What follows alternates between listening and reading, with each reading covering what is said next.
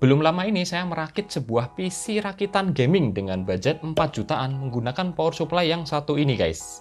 Ini adalah Aerocool Lux 550 watt yang cukup kontroversial. Ini saya dapat dari teman saya, korban upgrade, jadi dia udah ganti yang lebih bagus. Kondisinya waktu datang pun cukup mengenaskan, debunya sangat tebal, jadi saya harus bongkar dan bersihkan total hingga sampai kinclong seperti ini. BTW power supply ini cukup kontroversial karena walaupun termasuk di jajaran yang terlaris di salah satu online marketplace kita, tapi ternyata juga banyak yang mencibir guys. Banyak yang ngejelek-jelekin, banyak yang nggak suka, entah apa alasannya. Banyak yang bilang ini power supply merek sabun, bikin komponen cepat rusak, atau power supply-nya ini sendiri cepat rusak. Ya, susah sih ya. Padahal menurut saya power supply ini bukan power supply yang jelek-jelek amat. Ini adalah salah satu power supply yang terbaik malah di range harga 400 sampai 500 ribuan. Karena dia udah punya 80 plus bronze yang tentu saja asli dan bisa kalian cek di websitenya. Kemudian dia juga pakai flat cable. Apa sih yang kalian minta lagi dari power supply seharga seperti ini? Dan power supply ini pun sebenarnya masih cocok buat kalian yang mau ngerakit PC dengan budget antara 5 sampai 8 jutaan mungkin ya, yang pakai VGA dengan TDP nggak jauh-jauh dari 100 atau 150 watt. Masih cocok, masih mumpuni, dan buktinya teman saya juga pakai power supply ini udah hampir 5 tahun nggak ada kendala apapun. Jadi mungkin kalau yang jelek-jelekin itu dia adalah antara haters atau mungkin juga punya pengalaman jelek. Kebetulan dari sekian ribu unit power supply yang, karena kan dia terlaris nih, banyak barang yang keluar. Kalau ada yang rusak satu atau dua wajar ya. Jadi mungkin jadi pengalaman jelek buat mereka, kemudian mereka share kalau pakai power supply ini jelek, gampang rusak. Nah anyway, di video kali ini saya akan membandingkan power supply satu ini dengan Enermax Max Pro. Ini yang generasi pertama ya guys, karena kebetulan saya punyanya cuman ini, dan ini yang 700 watt. Sekarang udah nggak keluar lagi. Penggantinya adalah Max Pro yang Mark II atau yang kedua. 500 wattnya harganya nggak beda jauh dengan Aerocool Lux 550 watt ini. Mungkin kisaran 150 ribuan aja lebih mahal. Tapi minusnya yang Enermax Max Pro 2 ini masih 80 plus biasa, yang white, belum bronze. Kemudian kabelnya juga masih pakai sleeve begini. Belum flat cable. Kalau saya sih suka flat cable ya, selain lebih rapi, lebih simple, kelihatan lebih clean kalau dirakit, juga cocok kalau casing kalian pakai yang minimalis, yang sempit kabel manajemennya. Oke, jadi langsung aja kita bongkar dulu sebelum kita tes.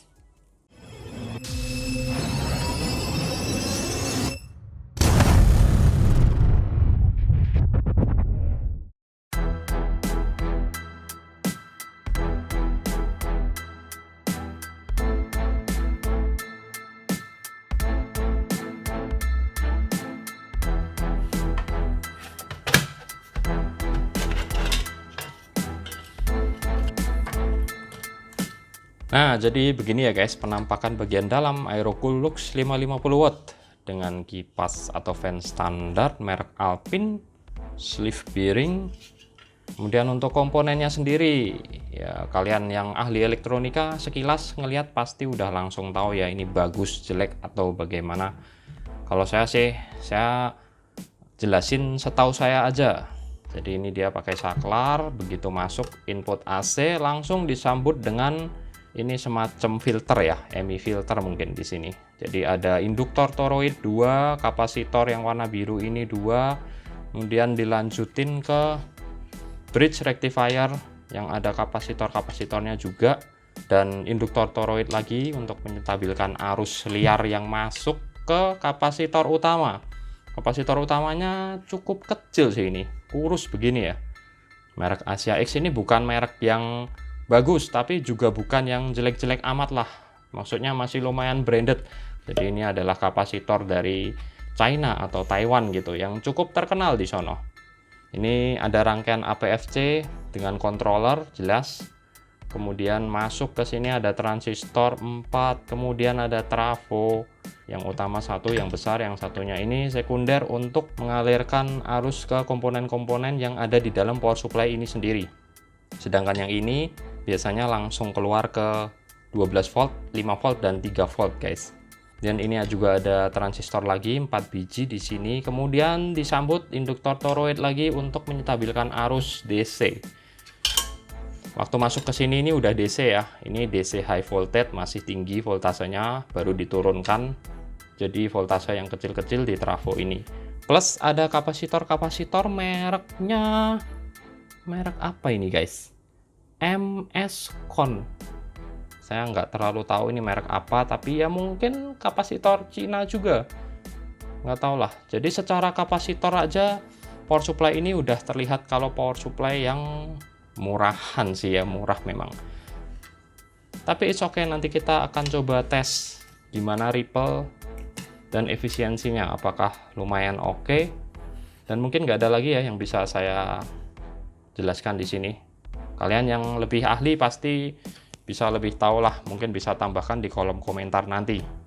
Saya singkat aja seperti ini, kita pasang kembali dan nanti kita tes.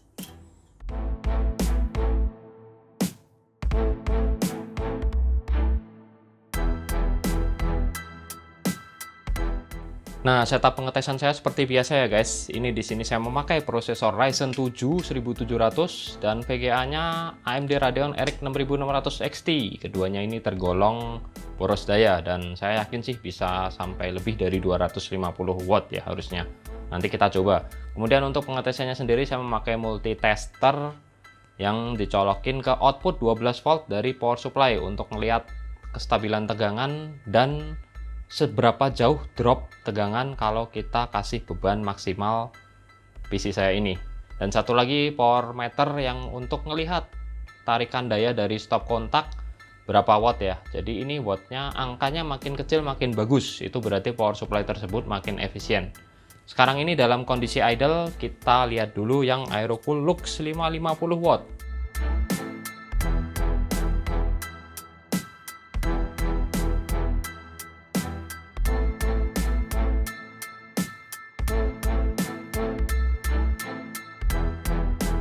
Untuk tes full load seperti ini, saya memakai dua aplikasi secara bersamaan, yakni Unigine Heaven Benchmark untuk membebani GPU dan Cinebench R20 untuk membebani CPU. Kalian bisa lihat ya, tarikan dayanya lebih dari 300 watt.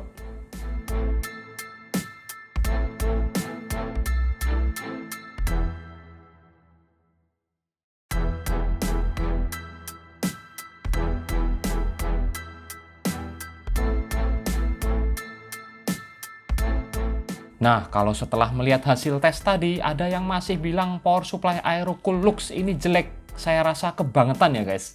Menurut saya power supply ini sangat bagus di range harganya.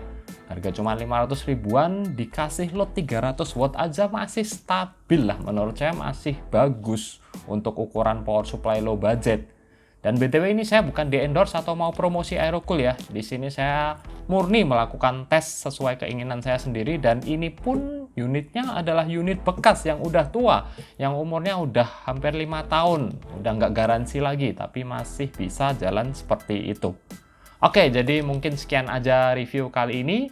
Makasih udah nonton.